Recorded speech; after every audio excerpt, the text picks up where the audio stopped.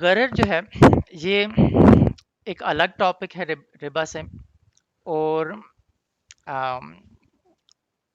مگر مزیدار غرر میں جو مقصد آپ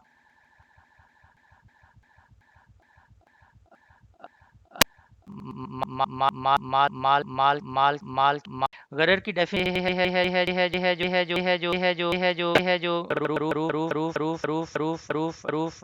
روف حدیث ہے کہ ماں کے پیٹ میں موجود جانور کے بچے اور دھونے سے پہلے جانور کے پیٹ میں موجود دودھ اور جنگ کے اختتام سے پہلے متوقع مال غنیمت کی تجارت، یہ تمام وہ چیزیں ہیں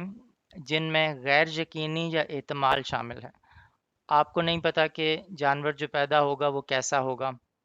جو جنگ ختم ہوگی تو کتنا مال غنیمت ہاتھ آئے گا، تو یہ تمام پہلو جو ہیں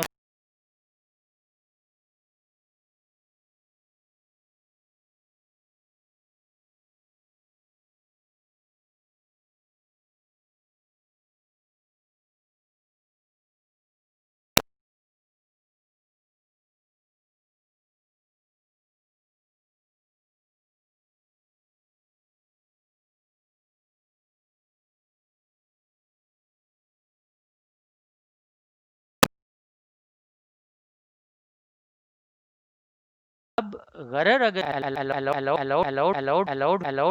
الاؤڈ ہوتا تو دوسری طرف دو درم کا دین، ان دونوں کو ہٹا کے آپ کہتے کہ عثمان قاسم کو ایک غیر متعین رقم ادا کرے گا، اور وہ تمام ایگزامپلز جو ہم نے غرر میں دیکھی وہ غیر متعین ہیں، وہ پہلے سے ڈٹرمن نہیں کیا جا سکتا کہ ان کی ویلیو کتنی ہوگی، وہ جانور کی صحت تندرستی کیسی ہوگی،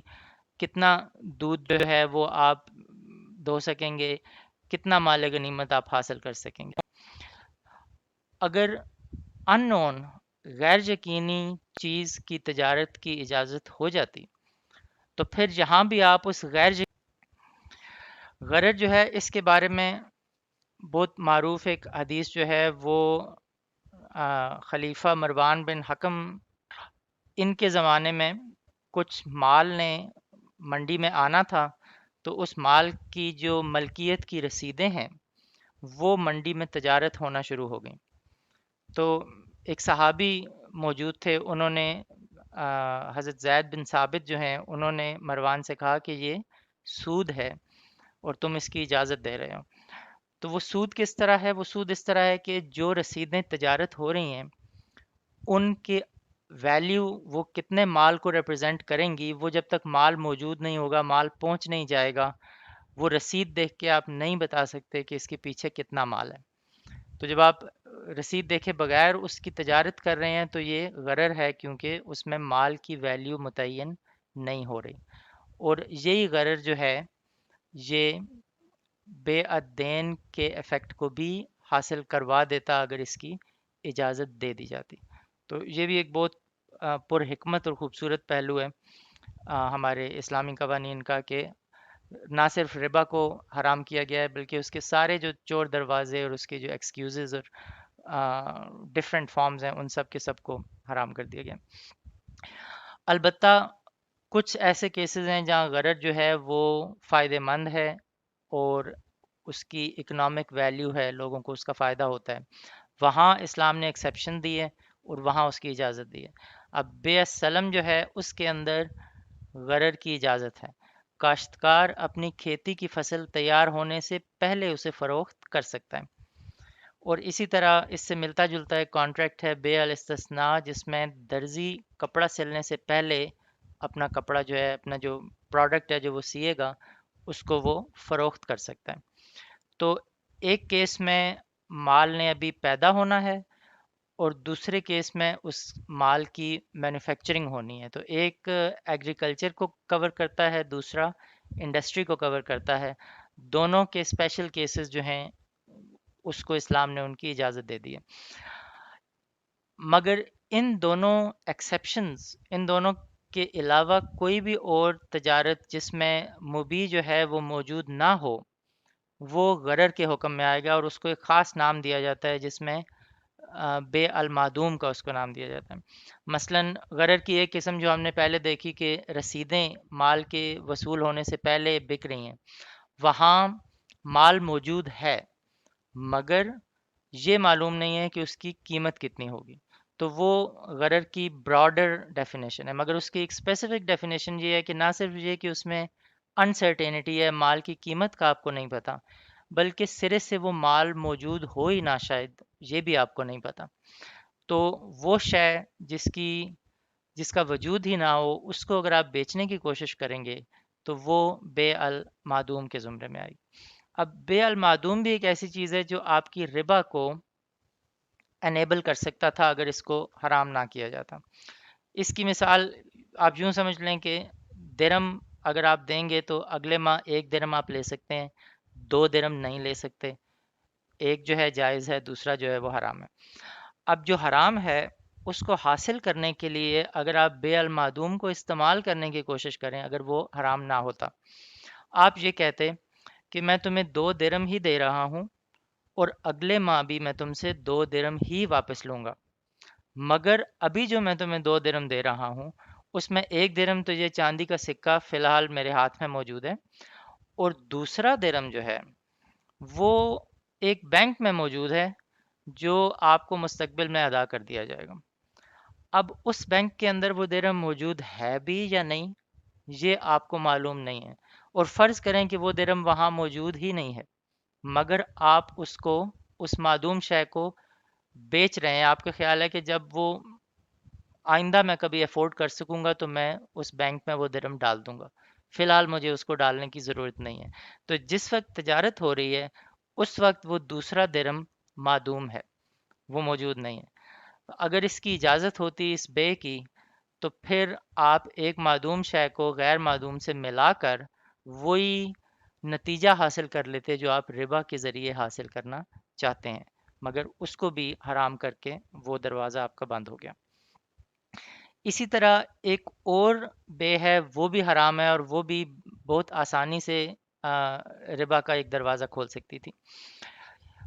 یہ بے تین فی بے ہے کہ 2 مختلف بے جو ہیں ان کو ایک کے اندر کمبائن کر دیا جائے۔ اور جو سود کی ہسٹری اگر آپ پڑھیں تو جو کرسچینٹی ہے اس کے اندر بھی سود کو حرام کیا گیا تھا، مگر کرسچنز نے جب اپنے مذہب سے ان کا لگاؤ کم ہوا اور انہوں نے بھی ربا کے دروازے اور ایکسکیوزز اور اشکال ڈھونڈنا شروع کیں، تو انہوں نے ایک طریقہ سٹارٹ کیا جس کو ٹرپل کانٹریکٹ کہتے ہیں، کہ وہ ایک کانٹریکٹ کی بجائے 3 ایسے کانٹریکٹ کرتے تھے کہ ان تینوں کو ملا کے تو وہ ربا بن جاتا تھا۔ اب اس کی مثال جو ہے آسان، آپ یہ لیں کہ 2 درم کے بدلے 2 درم ایک جائز آپ کا ٹرانزیکشن ہے، ہم نے کسی اور طرح سے اس کی شکل اختیار کرنی ہے۔ اب میں آپ سے یہ کہتا ہوں کہ میں تمہیں 2 درم دے رہا ہوں اور اگلے ماہ تم مجھے 2 درم ہی واپس کر دینا، مگر اس میں سے 1 درم چاندی کا سکہ ہے اور 1 درم جو ہے وہ میں ایک نایاب کاغذ کا ٹکڑا تم بیچ رہا ہوں جس کی قیمت معجل ہو گئی اور تم مجھے اگلے ماہ اس کی قیمت ادا کر دینا۔ تو یہاں وہ 1 درم کا قرض لے رہا ہے اور اگلے ماہ جو 2 درم ادا کر رہا ہے، 1 درم اس قرض کی واپسی ہے۔ یہ ایک جائز ٹرانزیکشن ہے کیونکہ اس میں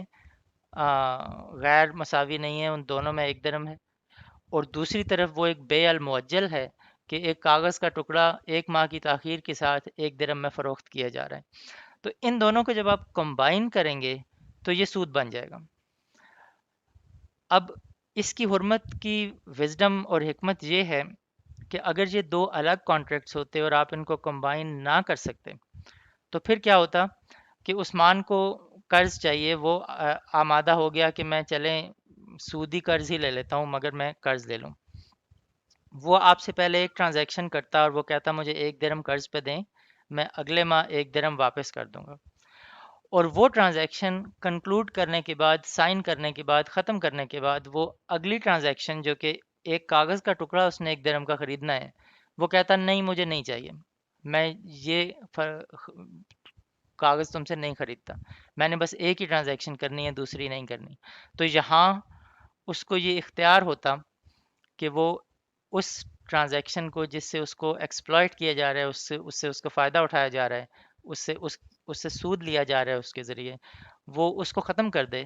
اور دوسری ٹرانزیکشن جو ہے وہ کر لے جو اس کے فائدے میں ہے. تو جب آپ ٹرانزیکشنز کو انڈیپینڈنٹ رکھتے ہیں اور الگ الگ رکھتے ہیں تو ان کی اجازت ہے. مگر جب آپ ایک ٹرانزیکشن کو دوسری کی شرط بنا دیتے ہیں تو وہاں اس کی اجازت ختم ہو جاتی ہے، کیونکہ وہ بھی سود کا ایک طریقہ ہے. ٹو کانٹریکٹس ان ون جب آپ کمبائن کریں گے تو وہ سود ہو جائے گا. تو یہ بھی ایک اعتراض جو ہے اسلامی بینکاری کے اوپر آتا ہے کہ وہ آپ سے ملٹیپل کانٹریکٹس کرتے ہیں، اور اس کانٹریکٹ میں ایک کانٹریکٹ یہ ہوتا ہے کہ آپ گھر جو ہے وہ لیز پہ اجارہ پہ لے رہے ہیں تو آپ اس کا کرایہ ادا کریں گے. مگر وہ دوسرے کانٹریکٹ کے ساتھ کنٹینجنٹ ہوتا ہے کہ اگر آپ کرایہ ادا نہ کر سکے تو پھر گھر جو ہے اس کو بیچ دیا جائے گا. تو وہ اسی طرح مرابحہ میں بھی آپ اگر پیمنٹ میں آپ نے ڈیلے کیا تو دوسری پیمنٹ جو ہے وہ آپ کو چیریٹی کرنی پڑے گی. تو وہ آپ کا چیریٹی کرنے کا کانٹریکٹ اور آپ کا بینک کے ساتھ جو لون کا کانٹریکٹ ہے، وہ مختلف کانٹریکٹس کو آپس میں کمبائن کر کے تو سود کا شکل جو ہے وہ دے دیتے ہیں. اب ہمارے لیے جو چیز جاننا اہم ہے اور جو ضروری ہے وہ یہ ہے کہ بے المعدوم اور بے الدین دو ایسی چیزیں ہیں جن کے اوپر ہمارا پورا جو آرگومنٹ ہے اسلامک بینکنگ اور کرنسی سسٹم وہ اس کے اوپر بیس کرتا ہے. جو ربا کی معروف ڈیفینیشن ہے، جیسا میں نے کہا کہ سپریم کورٹ نے بھی اس کو اپروو کیا ہے، وہ ڈیفینیشن اتنی غیر متنازع ہے کہ اسلامی بینکاری جو ہے وہ کم از کم اس ڈیفینیشن کے ساتھ اپنے آپ کو فیتھ فل رکھتے ہیں، اس کے اوپر وہ پورا اترتے ہیں. ایسا سود اسلامی بینکاری نظام میں نہیں ہے کہ جو ڈائریکٹلی ربا کی اس ڈیفینیشن کو وائلیٹ کر کے اس کے اندر شامل ہو. مگر وہ طریقہ ان کا یہ ہے کہ وہ کانٹریکٹس کو کمبائن کریں گے، غرر کا پہلو لائیں گے، معدوم کا پہلو لائیں گے، دین کا پہلو لائیں گے. تو ربا کو سمجھنا بھی ہمارے لیے ضروری ہے تاکہ ہم یہ ڈٹرمن کر سکیں کہ کون سا کانٹریکٹ ربا میں ہے. مگر اس سمجھ کے ساتھ ہم نے یہ کنکلوڈ کیا کہ اس ربا کی وجہ سے بے المعدوم اور بے الدین یہ دونوں بھی حرام ہیں. اور اب ان دونوں کو استعمال کر کے ہم آگے جب بینکنگ کی ڈیٹیلز دیکھیں گے تو ہمیں یہ پتہ چلے گا کہ اسلامی اور غیر اسلامی دونوں بینکاری نظام جو ہیں جس فریکشنل ریزرو بیسس پہ چل رہے ہیں اس کے اندر غرر اور بے المعدوم شامل ہے، اور کرنسی نظام جو ہمارا چل رہا ہے اس کے اندر آپ کا بے الدین شامل ہے. اور یہ دونوں اگر حرام ہیں تو پھر آپ کو پورا نظام جو ہے وہ باطل ہو جاتا ہے. تو یہ انشاءاللہ اگلے لیکچرز میں ہم ڈسکس کریں گے.